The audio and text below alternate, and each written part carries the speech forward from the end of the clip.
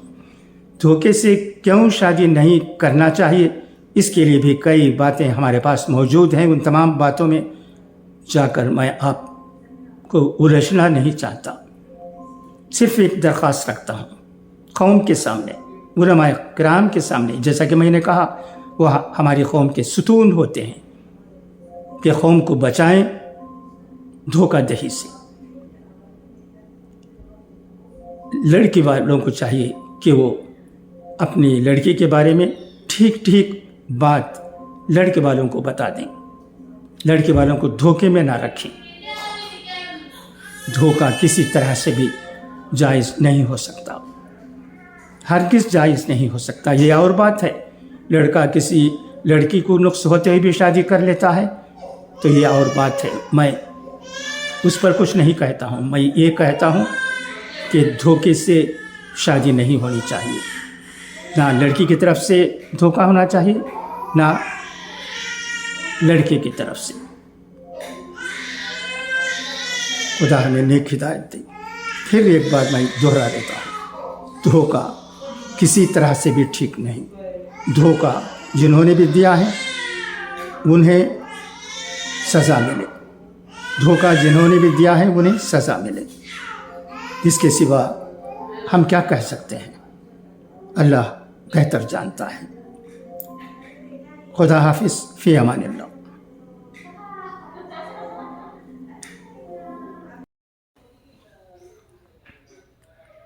نئی دہلی.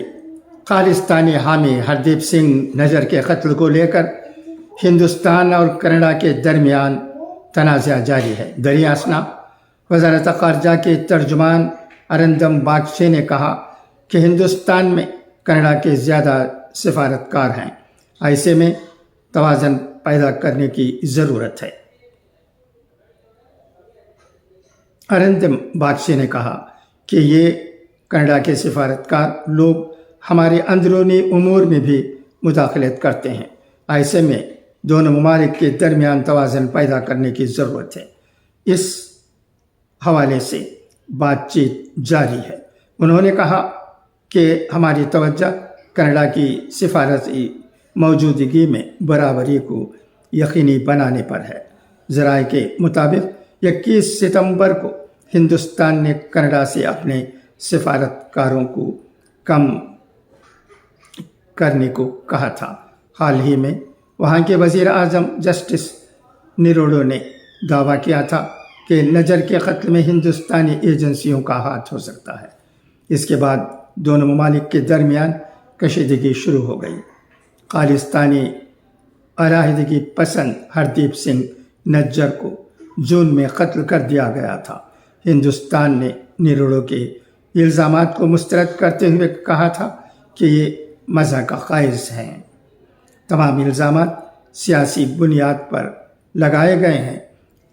کینیڈا خالصتانی حامیوں کی محفوظ پناہ گاہ بن چکا ہے. نیروڈو کے دعوے کے بعد کینیڈا نے ایک ہندوستانی اہلکار کو ملک سے نکال دیا. بدلے میں ہندوستان نے کینیڈا کے ایک سینئر سفارتکار کو بھی ملک بدر کر دیا. اس کے بعد ہندوستان نے یہ معاملہ بھی اٹھا دیا کہ ہمارے یہاں کینیڈا کے زیادہ سفارتکار ہیں، تعداد برابر ہونی چاہیے.